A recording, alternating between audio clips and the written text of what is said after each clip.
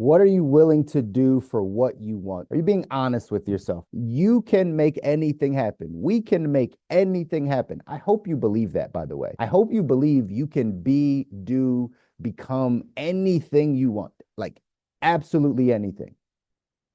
That's a belief system. Change your thinking, change your life, right?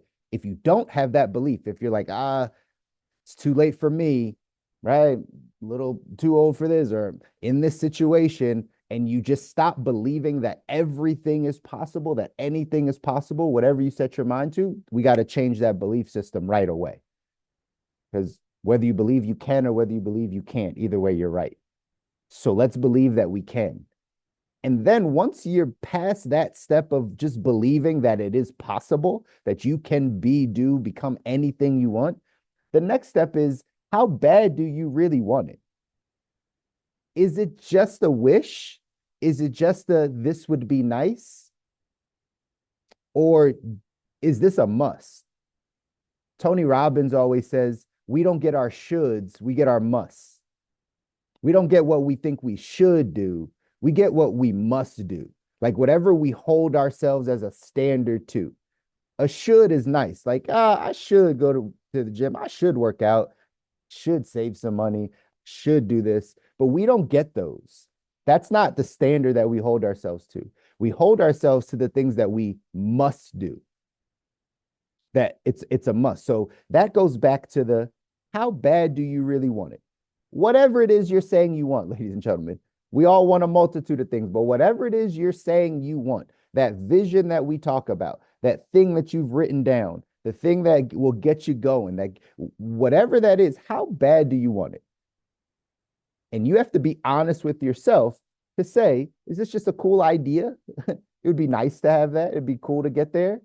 Or is this a must? Like, I must have this.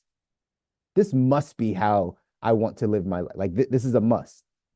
I took that from that, right? How bad do you want it? The old failure conversation. However bad you want something, can't be afraid to fail. There's a lot of people that, right, we hold back because we're afraid to fail. We're afraid that if we step out on that ledge, we're not going to get the result. We're going to be emotionally disappointed. We're going to have a financial setback. There's going to be something that happens. So we're kind of afraid to fail. And what did I think Steve-O said in there, right? Or it might have been Carl. He said, failure, right, will stunt growth. Or being afraid to fail will stunt your growth. Being afraid of failure stunts your ability to grow.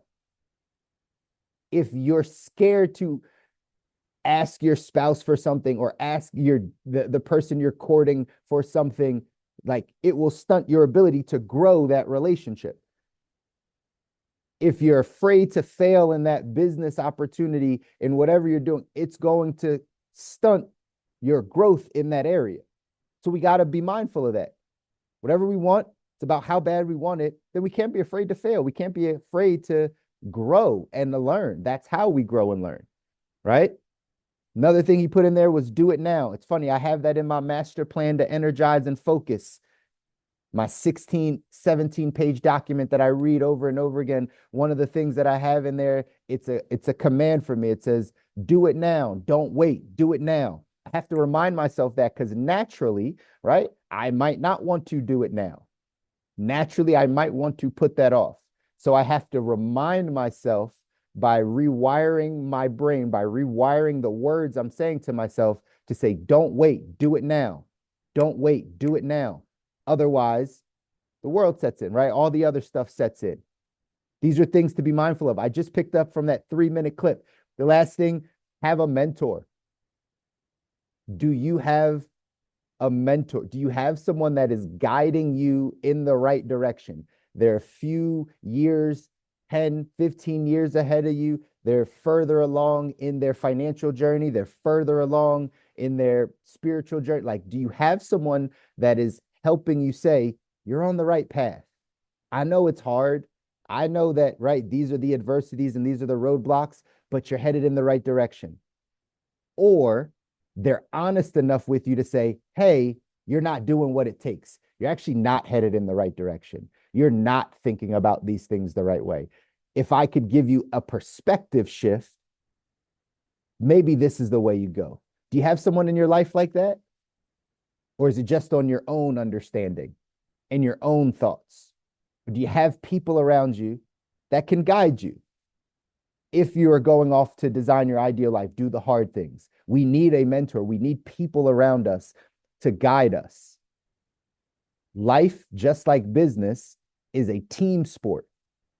That saying where they would say it takes a village to raise a child, that's just another way of saying, like, we need people in order to get to the places we want to go. Sure, in raising children, but also in business and in life and in marriage and in all the things. You need people to help you down the path. So if you find out that you are going at this thing alone, I'm going to challenge you to shift that perspective and get some help, get some mentorship, get around some people that are ahead of you, that have a higher standard, that can say, hey, maybe you need to tweak this thought. Hey, maybe you need to tweak this action. Hey, you're headed in the right path. I know it's hard, but keep going. It's going to happen. Keep going. You're doing the right stuff. You need someone like that in your life. But at the end of the day, like I said, the punchline of that video, which again, we can correlate in our text 177 mental toughness secrets, is you need somebody to be honest. You got to be honest with yourself. If you want to go off and design your ideal life, there has to be a level of honesty. What it says, the first chapter in this book, 177 mental toughness secrets, says the world class operates from objective reality. What Steve-O was saying. He's like, there's obviously a bit of reality that has to come in, but it's an objective reality. We are honest with ourselves. We do not live in delusion. We do not say, like, again, I want to be an astronaut, like Carl Lentz said, I want to be an astronaut, but I'm unwilling to do all the things to get there. Like, that's delusion. That's delusion. It's, I want that, but I'm not going to do anything to get that. But I still believe I can have that. No. That's not the way it works. Objective reality. I want to be financially independent. I want to be financially free. However, I'm unwilling to sacrifice, to budget, to look at my money, to save money, to get more, to make more income, I'm unwilling to do those things because this is more important. Yet I want to be that. Delusion. We have to be honest with ourselves. We have to have honest conversations if we're going to be people that go off and design our ideal life. Here's what it says. It says, in 20 years of competing, coaching, and working with performers from various fields, I've discovered most amateurs suffer from mild to severe delusion in relation to their efforts and competencies. In other words, most people delude themselves into thinking they're working harder than they are and that they are more competent than they actually are. Of the 5 major levels of conscious awareness, poverty, working, middle, upper, and world class, my experience has been that performers in the middle class levels of consciousness suffer the grandest delusions. The poverty level is barely surviving and living in a very harsh set of circumstances. The working class is punching a mental time clock and counting the days until retirement. They're usually not expecting much, and no one around them expects much either. They are typically not concerned about climbing any higher. It's the middle class that is the most incongruent with reality. They are operating at a high enough level to understand that higher levels exist. Although they don't expect to get there, the thought crosses their mind from time to time. Because of their low expectations, their actions are incongruent with their desires. Say that sentence again. Because of their low expectations, low standards, right? Shoulds. Because of their low expectations, their actions are incongruent with their desires. In other words, they want to live a life of the world class, but are unwilling to pay the price. Since this reality is too harsh to bear, they delude themselves into thinking that they're doing everything in their power to get ahead. Of course, they're not. They'll tell you they're putting in far more time than they are. They'll swear they're thinking about their vision all the time, but they're not. The world class is brutally honest with themselves, and they tend to look reality in the face. They err on the side of over-practicing and over-preparing. Champions know that to ascend to the top, you must first be operating from a mindset of objective reality. Self-deception and delusion have no place in the professional performer's consciousness. Champions know that you have to be operating out of a mindset of objective reality. You have to be honest with yourself, ladies and gentlemen. We have to be honest with ourselves. Small levels to big levels. I'll give you an example. of myself right now, of something that I've been battling myself with, and it seems small, but it's big for our business. It's a marketing side of things. I know what I want to see from a social media standpoint in our business, in my business. And I tell myself we're going to get there. But then I look at my day to day and I realize I'm not doing any of the things necessary to get there. In this area of my life, I'm living in a form of delusion. I'm believing something will happen. And I know in my heart, honestly, I'm not doing any of the things necessary to get there. But I still have that desire. I have to live in this state of objective reality to understand I'm not doing everything that I need to. I understand that. Before, I would be like, we're doing all these things. This is happening and this is happening and slow growth over here and this. But that's delusion. That's me just trying to delude myself that it's going to happen when I inside know I'm not doing all the things I need to do.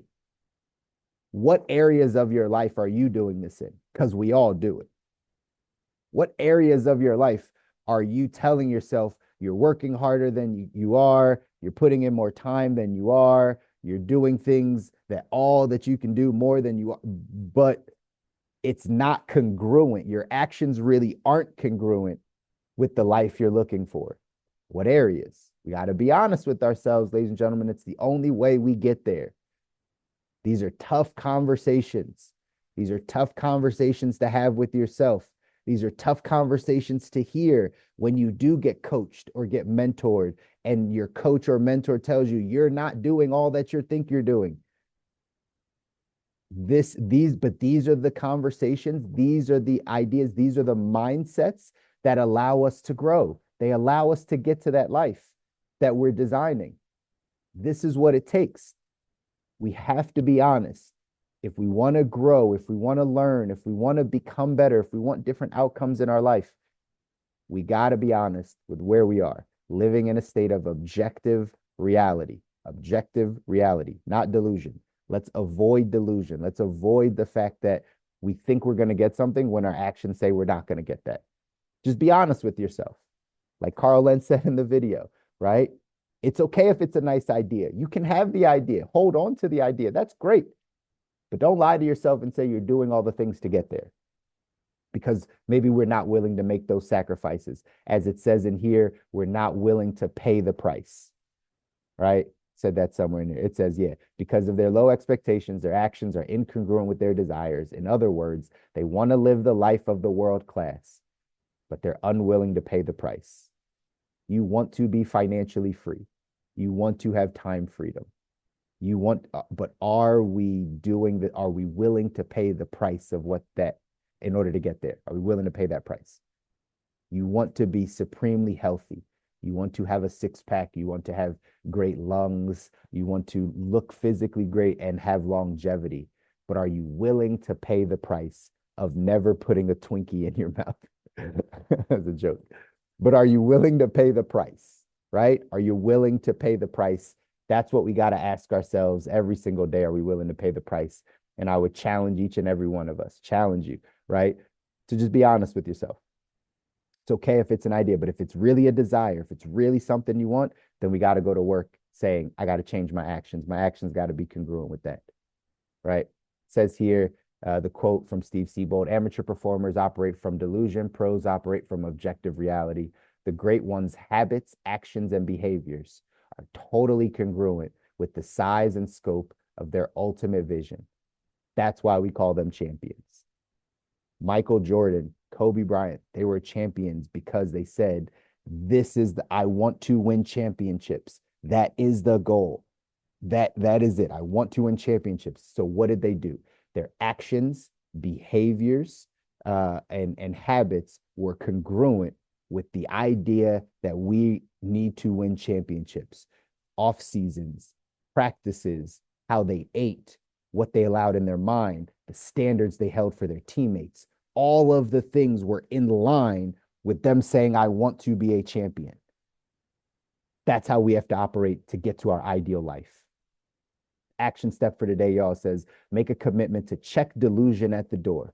Be honest and ask this critical thinking question. Are my habits, actions, and behaviors congruent with the vision I have for my life? Are the actions, habits, and behaviors congruent with the vision I have for my life? This would presuppose you have a vision for your life. This would presuppose that you know where you're headed, that you've taken time to say, this is what I see of my life. This is what I want to make happen. Then, once you have that vision, are your habits, actions, and behaviors congruent with that? If not, we get another shot today to change it. We get the fact that you woke up this morning, you get another opportunity to go about changing your habits, actions, and behaviors. But how do we change our actions, our habits, our actions, and behaviors? By changing our thinking. That's where it starts. Your thinking is what changes your habits, your actions, and your behaviors. If you change your thinking, you change your life. That's why we say it over and over again, because you can't just go about changing your behaviors tomorrow, because your behaviors came from how you were thinking about something and habits you created around that. So that's where it starts. Change your thinking, you change your life. Love you guys. Want you to win. You deserve it. Your families deserve it. The people around you are counting on you to take in this information and actually apply it in your life, to change your habits, actions, and behaviors, make them congruent with the life that you're asking for. The life that you're asking for, you can have it, but it's going to take this work. We got to go off and do it. So do something today that scares you, pushes you out of your comfort zone. Remember, nothing grows in your comfort zone, but don't be afraid to fail. Take some no's, take some rejection, do something that scares you. Talk to the person that you didn't think you needed to talk to today, and watch how your life starts to change. Love you guys. Enjoy your Wednesday. We'll see you Friday.